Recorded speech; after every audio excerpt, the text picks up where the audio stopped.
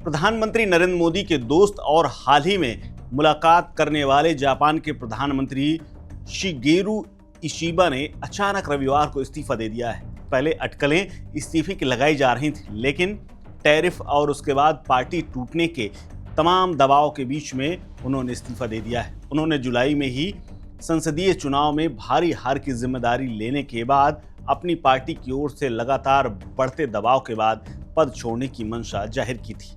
कहा जा रहा है कि पूर्व प्रधानमंत्री योशिहिदे सुगा से इस मामले में उन्होंने शनिवार को मुलाकात की थी। सुगा ने उन्हें इस्तीफे की सलाह दी थी और इसीलिए उनका इस्तीफा हो गया है। अक्टूबर में पदभार ग्रहण करने वाले इशिबा ने अपनी ही पार्टी के भीतर अधिकतर दक्षिणपंथी विरोधियों की मांग को 1 महीने से अधिक समय तक नजरअंदाज किया। इशिबा का यह कदम ऐसे समय में आया है जब उनकी लिबरल डेमोक्रेटिक पार्टी नेतृत्व चुनाव कराने को लेकर के एक निर्णय लेने वाली है। यदि इसे मंजूरी मिल जाती है तो ये उनके खिलाफ एक प्रकार का विश्वास प्रस्ताव होगा, लेकिन उससे ठीक पहले उन्होंने इस्तीफा दे दिया है। अब सबसे बड़ी बात आती है कि क्यों इस्तीफा देने को मजबूर हुए जापान के प्रधानमंत्री। दरअसल शिगेरू इशिबा ने जुलाई में हुए संसदीय चुनाव में भारी हार की जिम्मेदारी लेने के लिए उनकी पार्टी की तरफ से लगातार उनके ऊपर दबाव था और इसीलिए वो इस्तीफा देने के लिए मजबूर हो गए। इसके अलावा देश में बढ़ती हुई महंगाई और अमेरिकी राष्ट्रपति डोनाल्ड ट्रंप की तरफ से थोपे गए टैरिफ को भी वजह माना जा रहा है।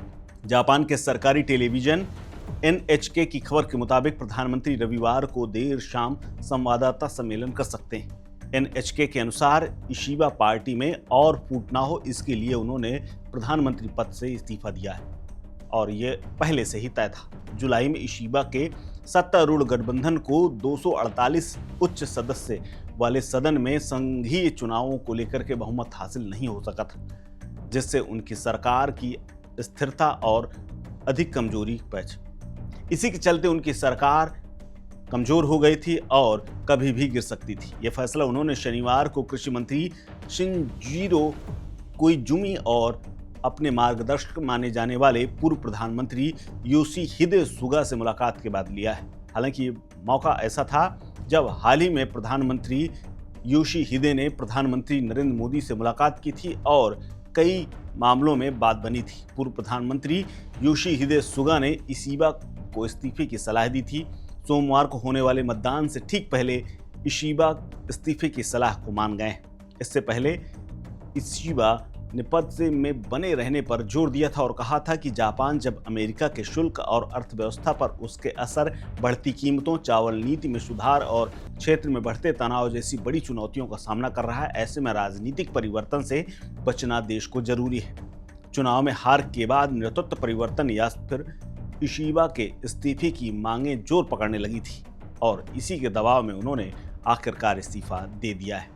इस खबर में फिलहाल इतना ही। अपडेट्स के लिए बने रहिए वन इंडिया हिंदी के साथ। नमस्कार। Subscribe to One India and never miss an update. Download the One India app now.